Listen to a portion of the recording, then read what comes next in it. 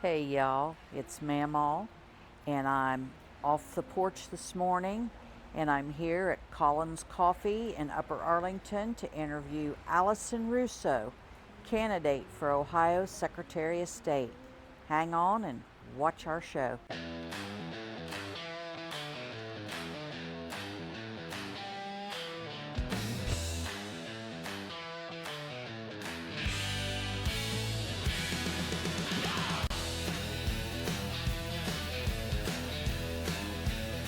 Let's talk. Hey y'all, it's Mamaw. I'm off the porch, but I'm here today with Allison Russo. I'm so glad you came to meet with me. I'm so glad that you came to meet with me too. It was a fun drive. So, a lot of people may already know you were the minority leader of the Ohio Assembly. Yes, until the end of June. And now you are running for Secretary of State. I Thank am. God. Let me tell you, I have done so many drops on Frank LaRose. So why did you Well decide deserved. to run? Well Well deserved, deserved. yes. So why did you decide to run and why now? Well, for a couple of reasons. Number one, I firmly believe that there is no more important office, I think, for the long-term strength of our democracy than the office of Secretary of State in the state of Ohio. And it is because that position's primary job is the administration of fair and free elections. And I think what we have seen here in Ohio, and for folks who aren't familiar with Ohio, is that this office has been used for the last 20 years or so to manipulate the vote for power, essentially. And so that's been done in a number of ways. Number one, it is seeing secretaries of state who have pushed forward anti-voting legislation to chip away at access to the ballot and make it more difficult for voters to be able to show up and exercise their right to vote. But it's also in the way that this office has been used to manipulate levers of power that this office has. So in things like we have the ability to go directly to the ballot through our initiative process. And they tried to thwart that. That's right, and they try to thwart that, and the Secretary of State has a tremendous amount of power in that process. Number one, in certifying the signature collection for those initiatives, and there are games that get played with that. But the most important piece that we have seen more recently is using his or her position on what's called the ballot board, which ultimately approves what is the language that voters see when they go into the voting booth, when they're voting on an issue, and using that position to manipulate what that language looks like, to misinform voters, to fit a specific outcome. And for those of you who are watching that aren't from Ohio, one of the critical things we had was on redistricting.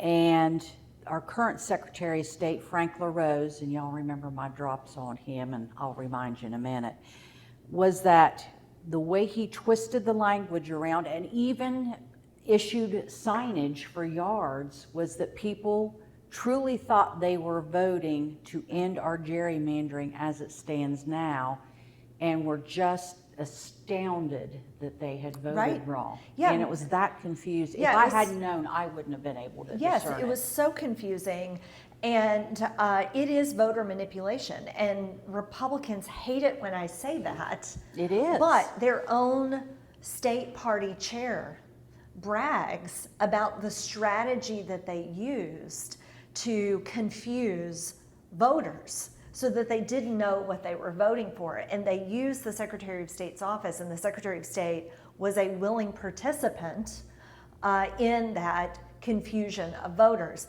And so, from my perspective, the Secretary of State's office really should not be partisan. And I agree with that. I don't think judges should be partisan. I don't think sheriff's offices should be partisan. And I do not think the Secretary of State should be partisan. I point out that whoever is Secretary of State it doesn't matter if they support a candidate or do not support a candidate, or if they support an issue or do not support an issue.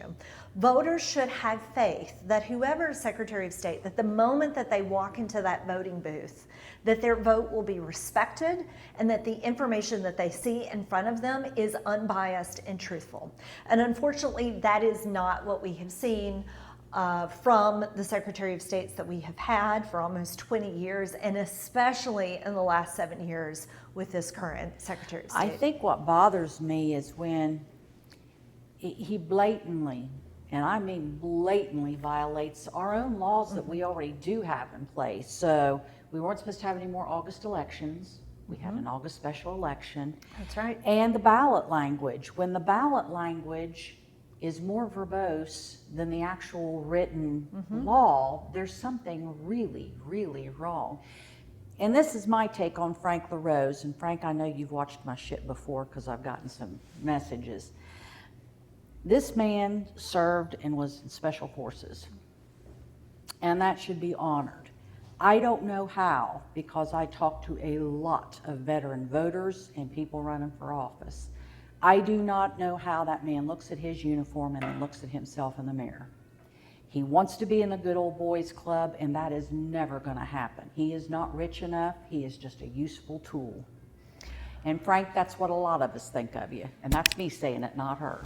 Well, and I don't know if you know this, but my husband was also active duty. So I was a military spouse for a number of years, and actually have a son who is going to be active duty as well. Good for him. But you know, I think my point, whether you're military, whether you are in public service, we take an oath to the Constitution of the United States, and then here in Ohio to the Constitution of Ohio. Our job is to uphold the Constitution, and it is not to make decisions based on what our parties tell us to do, or what will keep our parties in power.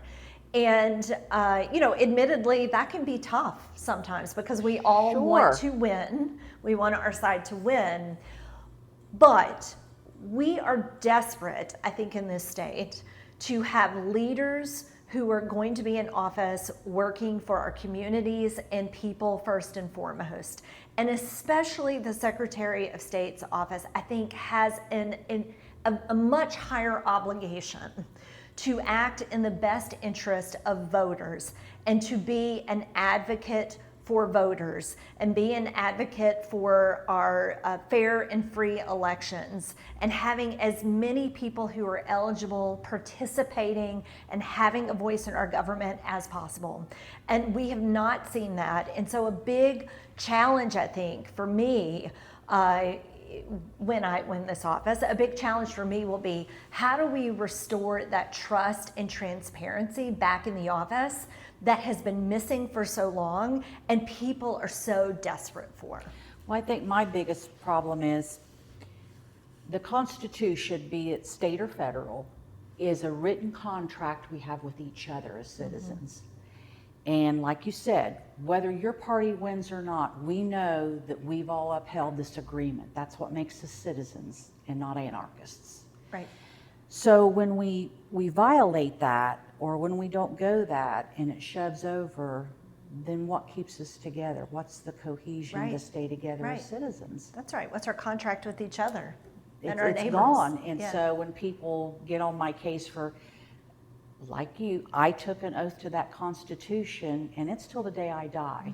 And it's to follow, whether it's what I like or not, we have got to get back to that. And that's why I don't understand this sudden veered into the ditch by somebody I know took that oath.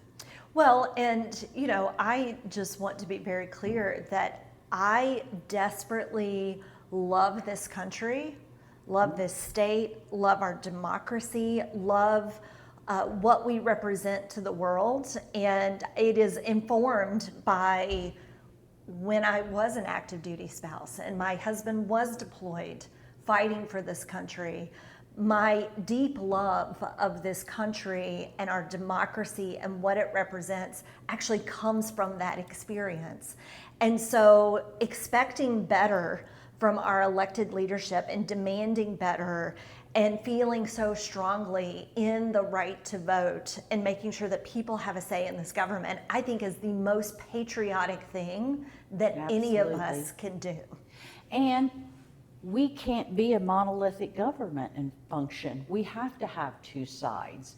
And anybody that knows anything about strategy, if somebody doesn't see something differently than you do, you get in trouble. You're going to make bad decisions. Which has made Ohio arguably one of the 3 most corrupt states in the union. We're racing to the bottom with Texas and Florida, and that's company I don't think we ought to be keeping. Yeah, and it's because, we've gotten ourselves into this place for a variety of reasons, attacks on the ability of voters to show up and choose their government and hold their government accountable.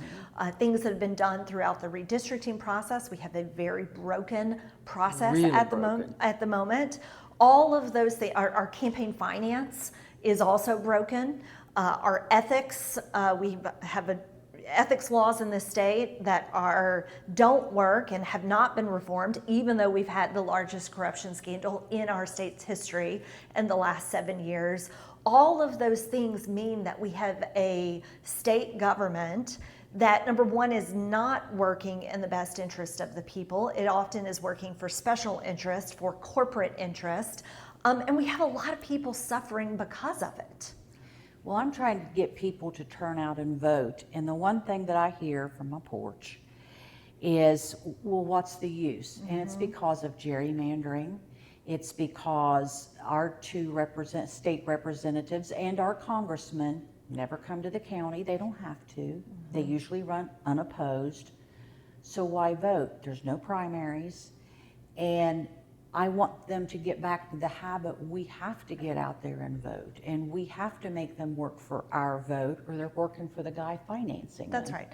And listen, what I have learned 2 things in politics. Number one, if you are not at the table, You don't have a voice. You don't have a voice, but also you're still on the menu, because you may not care about politics, or you may think that your voice doesn't matter, but I tell you what, there are people making decisions about you that absolutely do matter in your life. So you better speak up and have a say in that. And the other thing I have learned is, during my time in the legislature, watching this supermajority, and it's controlled by Republicans, they are terrified of the full power of the people's vote. And if your vote did not matter, these folks would not be trying so hard to take that away from you in all the various ways that they do. So it does matter. And I want you to tell me about the supermajority so that people understand how gerrymandered we are. How many seats do we have in the Ohio House? Yeah, so in the House, which is the chamber I serve in, there are 99 total seats, so 99 districts across the state of Ohio. 34 of those are held by Democrats, and let me do quick math, 65 of those are held by Republicans. When we say a supermajority, and by the way, Ohio votes at about a 55-45 ratio. We certainly lean Republican, but not that far. But we're still more purpley than... Yeah, in a lot of areas, we're still very purple.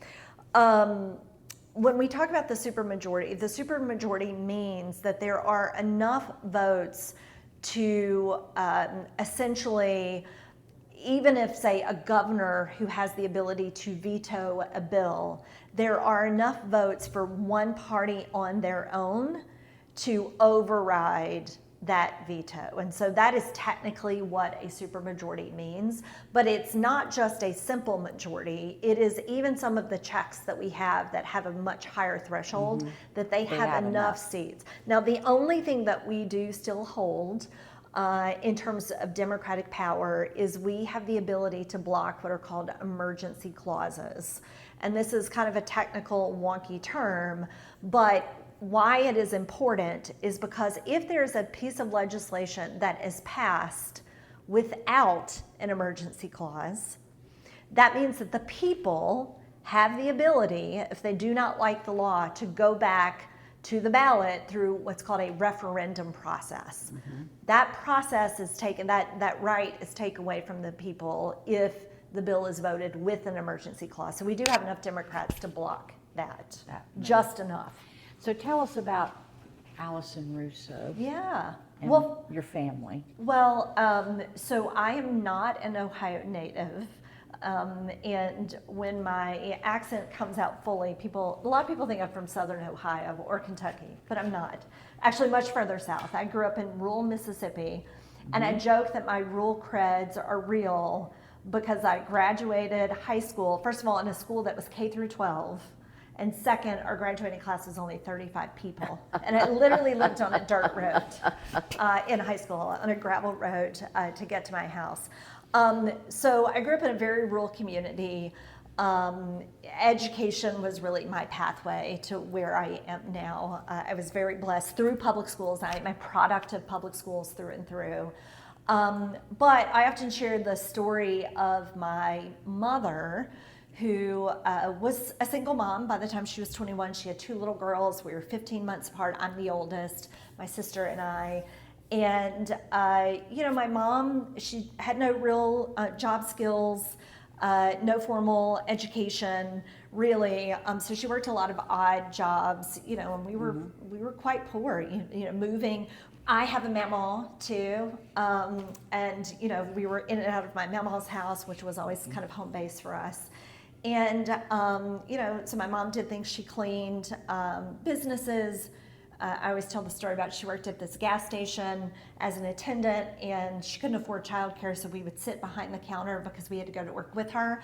But that also meant that we got all the free honey buns that we wanted, which was, they also were cheap. So, but we loved that. But she got the opportunity to have an apprenticeship in a union carpenter, as a union carpenter. And so she trained as a union carpenter. She worked on job sites, construction sites, for much of my young childhood. And I learned that job, she always talks about that job that saved our lives, gave her stable income, benefits. She was able to buy her first home. And it was really our pathway from poverty to middle class. She also was a big proponent of education, and so she was sort of slowly working her way through community college, starts and stops. I was able to go on to school, thankfully, through scholarships and Pell Grants and student loans. And she eventually also went back, got her college degree, and then she went on, actually ended up getting a doctoral degree and worked for a university and retired a couple of years ago. So I tell that story about my mom because, number one, it speaks to where I really came from and why issues that I have worked on around working families, organized labor, addressing childhood poverty is so personally important to me, but also because she is such a woman of grit and hard work.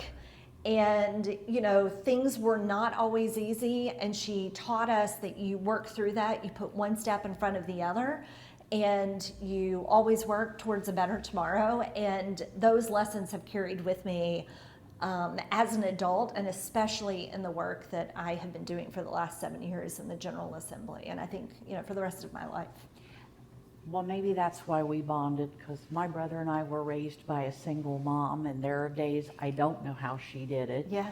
And poverty, and her proudest moment was she used her GI Bill, because my mother was a veteran also, to buy her first house. But I can remember, because I'm a lot older than you, but I can remember that a doctor told her that she would have to get permission from her dad, now she had 2 kids, to get birth control. Wow. And young people don't remember that. Right. And then they said, well, you'll have to have a co-signer. She said, why? This is the GI Bill. Yeah. Yeah. And we can't go back. No. And we're not going back. So how'd you meet your husband? So my husband was a young second lieutenant at Columbus Air Force Base, not Columbus, Ohio, but Columbus, Mississippi. And I was finishing undergrad. I had just graduated. He was in pilot training. And had an issue with his eye, so they were trying to figure out what was going on with him. And he volunteered actually at the college where I was attending, and there were these summer camps. And he said he saw me walking down the stairs. Oh. And then we went to a bar afterwards, and the rest is history. How many children do you have? We have 3 children. So my oldest just started college this year. I have a 16-year-old, 2 boys, the 2 oldest are boys, a 16-year-old, and then we have our bonus baby, my daughter, who is 3rd grade. So very busy. Very busy. Yes, you are. So my point being, women have grit and keep it together. Women are absolute masters of multitasking, which is exactly what we need in the Secretary of State's office. Well, I agree. Now, switching hats again, I need Okay. to be back Let to me take a sip of coffee for that. the House. On the school funding, Yeah. for y'all that don't know, the reason I love this woman is I was the chair of our local Democratic Party. They have eviscerated school funding here in the state of Ohio. Our 2 legislators, which are Jason Stevens and Shane Wilkins, refused to show up and face people to explain why they voted the way that they did. And I picked up the phone, and within the week, we had a rally together, and Allison and Bill DeMora came down to explain to people that aren't in their districts, we aren't any part, explain what had happened and why it had happened and what we could do. We cannot sustain in rural Ohio No. this voucher system. We can't. No.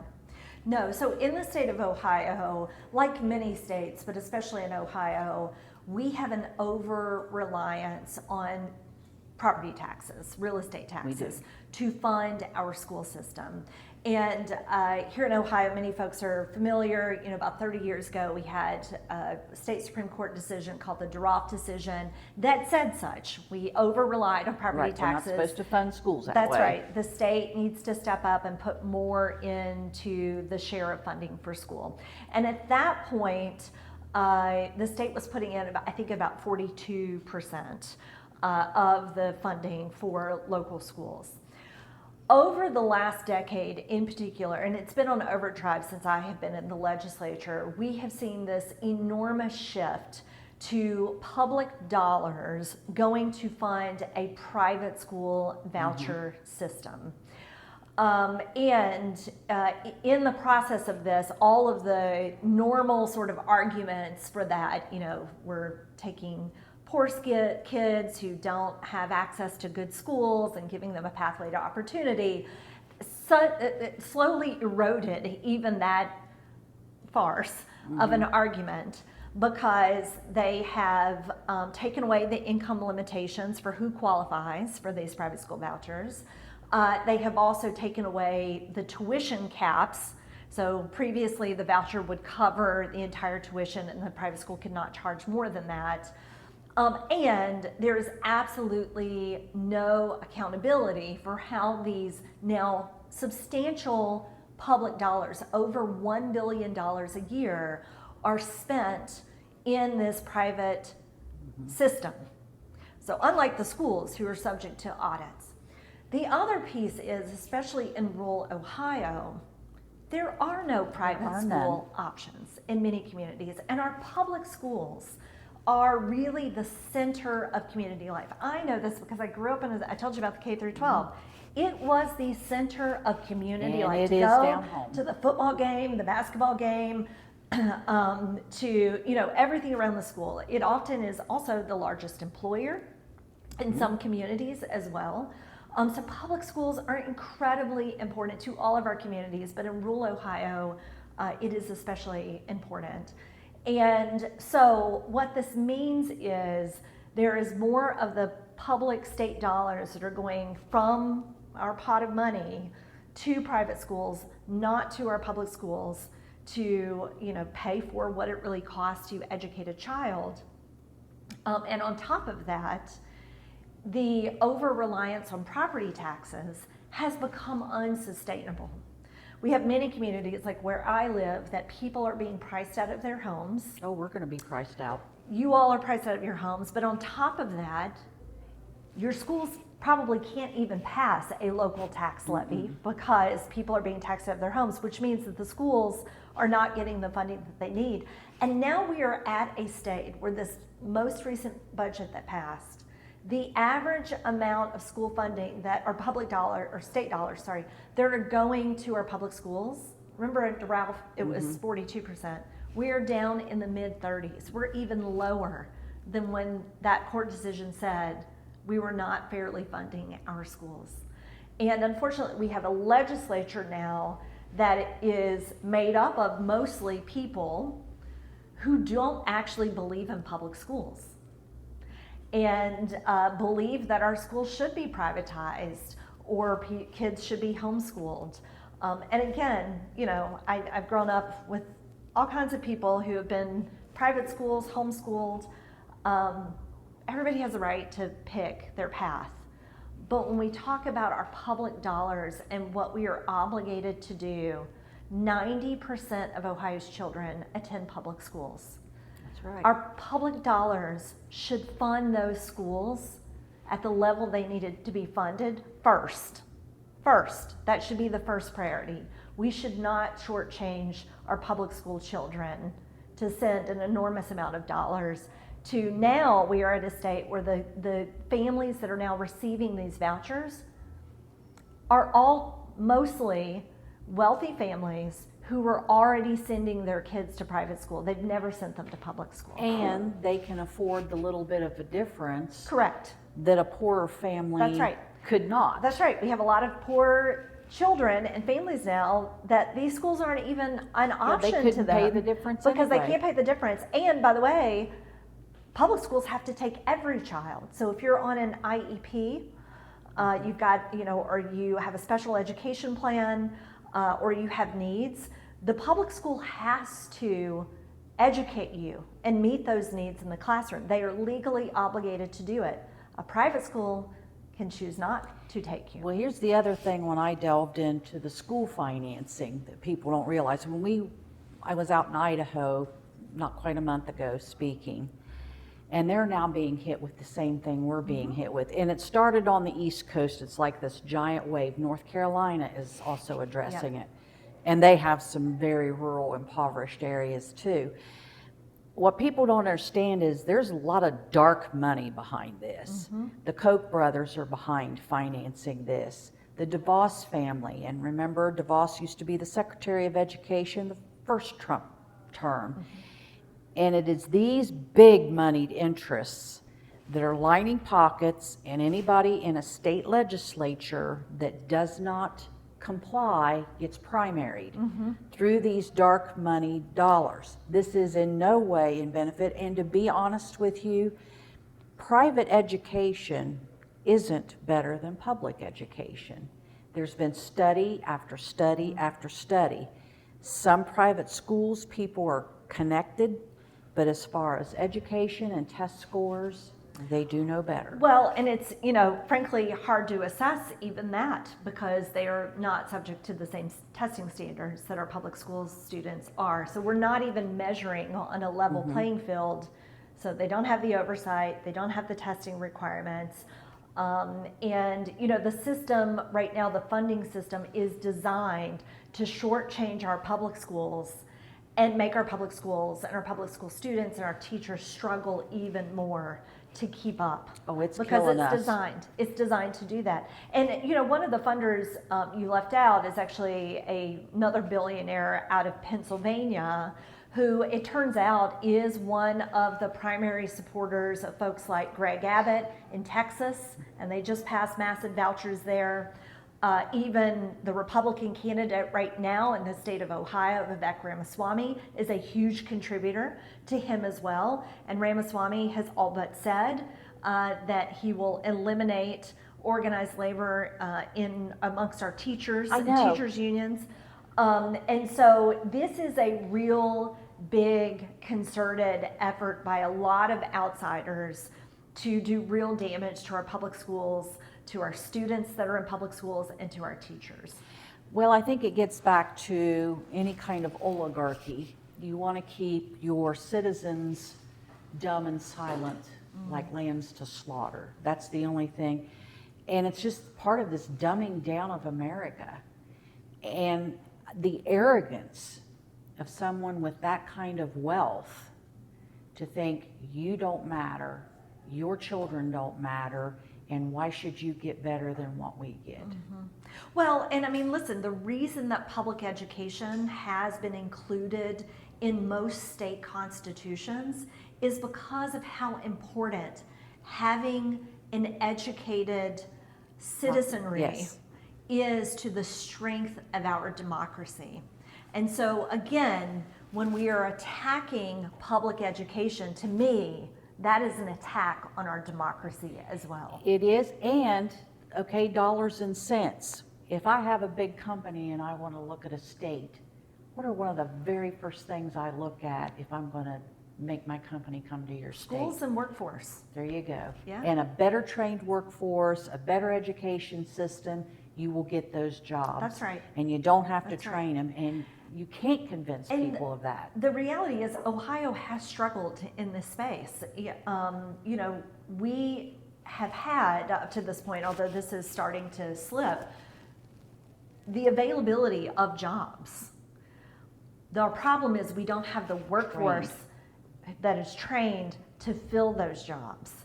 And, you know, a lot of this is because I think of the work and underfunding in our public education system to have students that are ready for the workforce and the workforce needs. That's not the only reason that we educate students, but we want students that are prepared, you know, whether they go to college, whether they go into a trade, whether they go into some sort of technical training, to be ready for those opportunities, because the future economy of our state is so dependent on it. The future economy of any state Anywhere is dependent on is that. on that.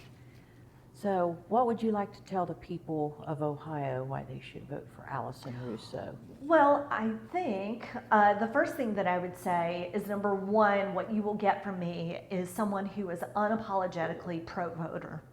And I know that my job as Secretary of State is to fight for the voter first and foremost, and make sure that the voter's voice is respected and honored when they go into that ballot box. The second thing is, with me also, you get someone who goes into that office on day one knowing exactly what the job is, exactly what the challenges are going to be, especially from this supermajority legislature that we have here, and is prepared and has demonstrated that I am not afraid to put up a fight, and especially when our vote is at risk and our democracy, the strength of our democracy is so dependent upon the power of the people to be able to have a voice and who represents them. And how much power, and this kind of goes back to gerrymandering, the Secretary of State has a tremendous amount of power when it comes to our voting and Yes. our electoral draw. Yeah, absolutely. I mean, you know, first of all, our elections are administered within every county in the state. We have 88 counties in Ohio. Each county has a board of elections. And so a big part of this job is also working with 88 boards of elections that are made up of Democrats and Republicans, and being able to navigate, as you know, some of the challenges that happen when you've got an even split on boards of elections. So there's that piece. A lot of the way that elections are administered are also done through what are called directives from the Secretary of State's office. And so one of the biggest things that I hear from our county boards of elections is, especially in the last 7 years, is a lot of chaos Yes. in the directives that are coming forward, and concern about that, sometimes conflict in what those directives say. And then, of course, you know, there are also roles that the Secretary of State serves in terms of, you know, the position on the ballot board, the position on the redistricting commission, and some others. Now a tremendous amount of power has also been given to the Secretary of State in terms of we've dissolved our bipartisan election commission. I was getting ready to ask you about that. Which is deeply concerning, which means that now the Secretary of State also gets to play judge and jury for any complaints about campaign finance or other And election how they dissolved concerns. that is they simply didn't fund it, correct? That's right. They didn't fund it in the last budget. So again, in spite of the fact that we had the largest public corruption scandal in our state's history, that was primarily because of issues around campaign finance and how certain types of campaign accounts were used. We dissolved the one bipartisan body that has oversight of those types of issues. So we may be at the bottom of corruption at the rate we're Yeah, going. there are no checks and balances at this point. No. And I think what people don't realize also that are not in the state of Ohio, we have a governor whose own son does not recuse himself on the Supreme Court when we have decisions to Yeah. be made in Ohio. Isn't that interesting? Yeah, that's a conflict. She can't say it, I can. No, I can say it. It is absolutely a conflict. It is a And it has been a mess. conflict. This became an issue in the cases around the redistricting process and the maps that came before the Ohio Supreme Court. The governor sits on the redistricting commission, and when those maps were challenged, his own son remained as a justice on those cases. There was also when our governor was the attorney general, where he had a very significant case in front of the court, and his son did not recuse. Yeah. So, And I don't know where you go from there. Yeah. Well, what else would you like to tell everyone? I have a pretty large audience. well, I think number one, I want to say how much I appreciate the work that you are doing and how you are using this platform to inform and I think give a voice to concerns, especially in our rural communities, and to speak up. And I so appreciate that. That is so needed. And I'm a big fan. Well, thank you. I just think that there gets to be a point where people in a certain age group feel they've been disappeared, that their voices didn't matter. Yeah. They've been bullied to a point where that's why I say use your outside voice, where Yeah. people are finding, and if they find Yeah. their voice, Yeah. they'll show up at the Yeah, vote. I mean, listen, when we see things happening, like what we've seen in Washington, what we've seen in Columbus, those people who hold power and want to maintain power, they depend on people being afraid to speak up and speak out. That is part of how they hold fast the power, fear. is the fear piece, right? And so all of us have an obligation. And to me, this is not partisan. This is not about being Democrat or Republican. This is about us as citizens speaking out, pushing back. In one voice. In one voice. Because at the end of the day, our government is only as good as what we make it. And if we have large numbers of people who are not speaking up, speaking out, using their voice at the ballot box, which is their vote, then we get the government that we have right now that is overreaching in all the ways. And it is ultimately the people in our communities, our children, our young mothers, our elderly, our veterans who are suffering because of it. I just like to remind people that when they talk about the government, no, we're the government. We have to take our power back. That's right. And what is terrifying to me is after Saturday, we are going to see suffering Yeah. on a scale in this state.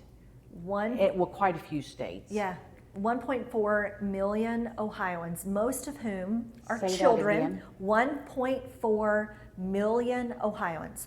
600,000 of those are children. About 45,000 are veterans.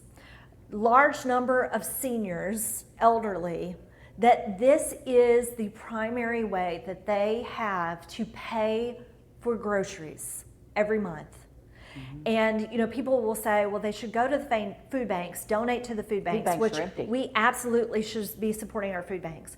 But our food banks are already overtapped. There is no way for them to fill the gap of what will happen when people do not get their SNAP benefit and their amount reloaded on their EBT card on Saturday. There is no possible way for food banks to fill that gap, even if they got an influx of donations, because they are already so overtaxed and overburdened. And by the way, they too were shortchanged in this last state budget and in Trump's big, awful bill that was passed. That's a kind way of calling it. Yes. That's not what I call What it. do you call it? It's the big bullshit bill. Oh, I like that one better. And you're being shoveled a bunch of bullshit, and you cannot eat bullshit. I like that. I'm an much old better. farmer. Yes, I like that much better. But I mean, these are our neighbors, and I mean, people are like, well, these people should go back to work. We're talking about children, elderly, disabled, veterans, or working people. In fact, And that's what makes me mad. These people do work. They do work. In fact, one of my colleagues in the State House shared this story with us. The other night, he stayed late in the office. This is in Columbus, in the Rife building, where legislators and state government officials work. The cleaning crew comes through at about 8:30 at night, and he was still in the office. Two women were in the office cleaning, and he struck up a conversation with them and asked if they knew about the SNAP benefit issue. And they said, yes, they absolutely know about it, because they will not be able to get their SNAP benefits on Saturday. So these are people who are cleaning our government leaders' offices, who are not making enough money, who will then have to figure out how to feed their family starting Saturday. Or people, I was yesterday working in our hospitals. I mean, these are working people, but they are not making enough wages because special interested corporations are getting all the benefits these days, and they rely on SNAP benefits to be able to make ends meet because their wages don't do it. Here's the two big lies. I have a legislator here to prove it. Number one, undocumented people are not stealing everybody's SNAP benefits or Medicaid. They cannot apply for SNAP or Medicaid. Ever. Ever. They are not taking them Correct. up. And the number two is these benefits go to our working poor. Yeah. And right now, food prices are skyrocketing. Yeah, they're high Their for wages are not. Yeah, they're high for everybody. They are high for everybody. But especially if you are living on the edge because your wages are not high enough. You combine the food prices, utility bills are going up while the utility companies are making bank and record profits. You've got this property tax issue and these bullshit pieces of legislation that are being passed over the last couple of weeks give almost no relief to most Ohioans, and those that will get it, it amounts to about $135 a year in benefit, which is a joke. And on top, everybody's health premiums, especially if you're on the exchanges, are about to go up about 3 to 4 times more than what you're expecting. At least triple. Everything is hitting at the same time. And by the way, this dumb tariff war that's just making everything more expensive. And people are suffering. Like this is unsustainable for people. And I want people to understand, when my husband and I retired, we had a plan, just like everybody else does that retires. Property taxes have literally doubled in the last 6 years for us. Yeah. To where we've even discussed, we're gonna have to sell our house if this keeps on. Prices of utilities have gone up. So where you think you're gonna retire and be comfortable. That's right. And we're better off than most. I mean, I am grateful we have, it's not sustainable. And this is hitting, we're not talking even the working poor. Now we're into retirees and middle class are suffering. We are going to see food lines. Well, if this continues. It's interesting you say this because I don't know if you're considered Gen X or not. I am Gen X, but I'm at the lower end of Gen X. Okay, you're a boomer. We're boomers. I'm Gen X, so I'm the next generation down. This has been a topic of conversation amongst my friends. We are all, we have degrees, we have, from the outset, good paying jobs, have had great careers. We were pretty diligent about saving for our retirement because it was just so ingrained in us.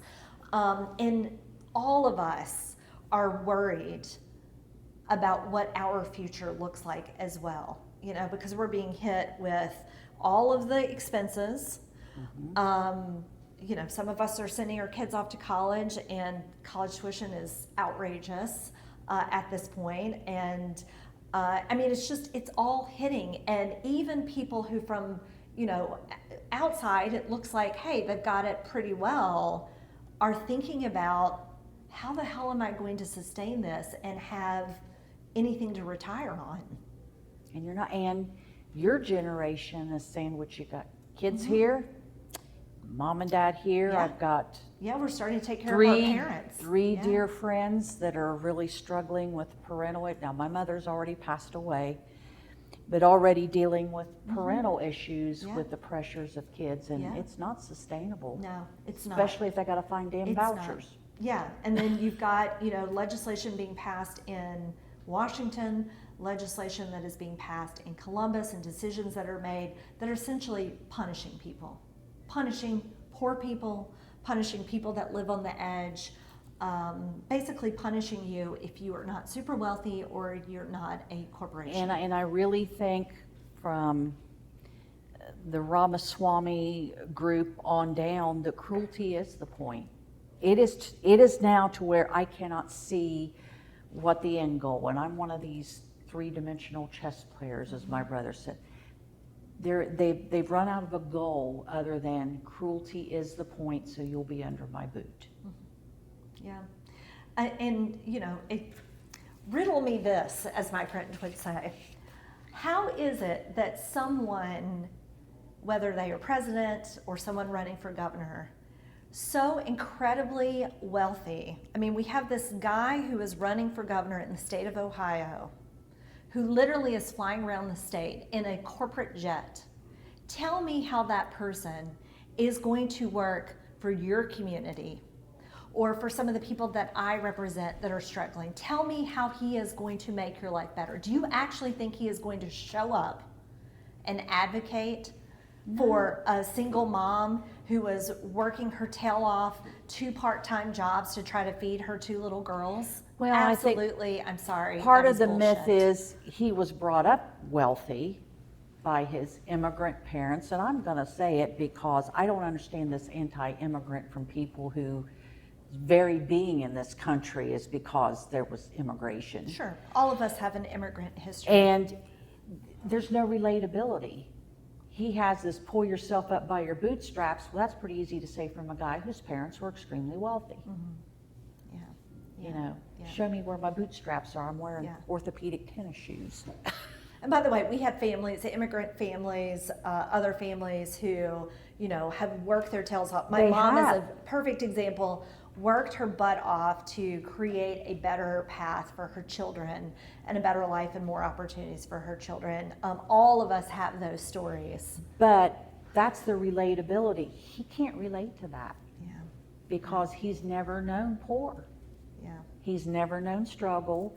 He's never known, how am I going to afford to go to college because I really need to know that I can do that. He can't relate to any of that. And how's he going to relate to the people of southeastern Ohio? I don't know. It's a good question. So, I love you, girl. well, thank you. Thank you so much. It's been so much fun. And I'm glad to be with the Mamaw. Because I miss my Mamaw terribly. She was hugely influential in my life. Now, my husband's wanting to know, where can people send donations? Oh, yes. So you can learn more about me, donate to the campaign, sign up to volunteer, AllisonRusso.com, ALLISON, Russo, RUSSO.com. And I'm online at Russo, 4, Ohio, all of my social media channels, Instagram, Facebook, now TikTok. I'm on TikTok apparently. All the places. Well, I'll tag you on all this, and I'll make sure that I prominently display that. Thank you.